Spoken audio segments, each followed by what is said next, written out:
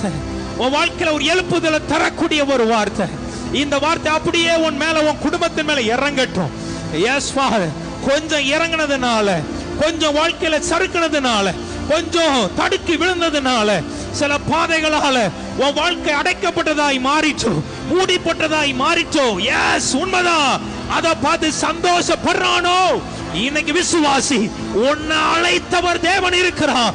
அவரை நோக்கி இன்னைக்கு உன் கண்களை ஏறெடுத்து பார்.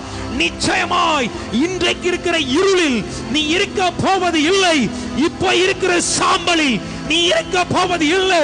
இப்ப இருக்கிற கண்ணிகளில் நீ இருக்க போவது இல்லை. கர்த்தர் உன் தலையை உயர்த்த வேண்டிய ஒரு நேரம் வந்துட்டு, நம்புற பிள்ளைங்க பிசாசை வெட்கப்படுத்தி சொல்லு, எனக்கு விரோதமா நீ சந்தோஷப்படாது.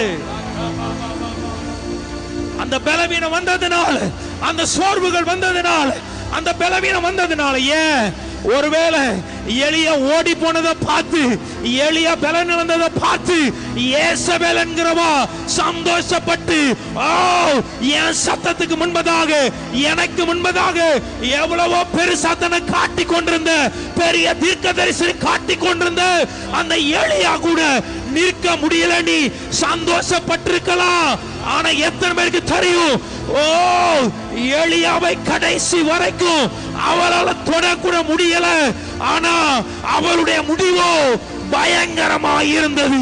இன்னைக்கு எத்தனை பேர் நம்புறீங்க, உனக்கு விரோதமாய் சந்தோஷப்பட்டவனுடைய, உனக்கு எதிராய் சந்தோஷப்பட்டவனுடைய முடிவு பயங்கரமாய் இருக்க போகிறது நம்புற பிள்ளைங்க.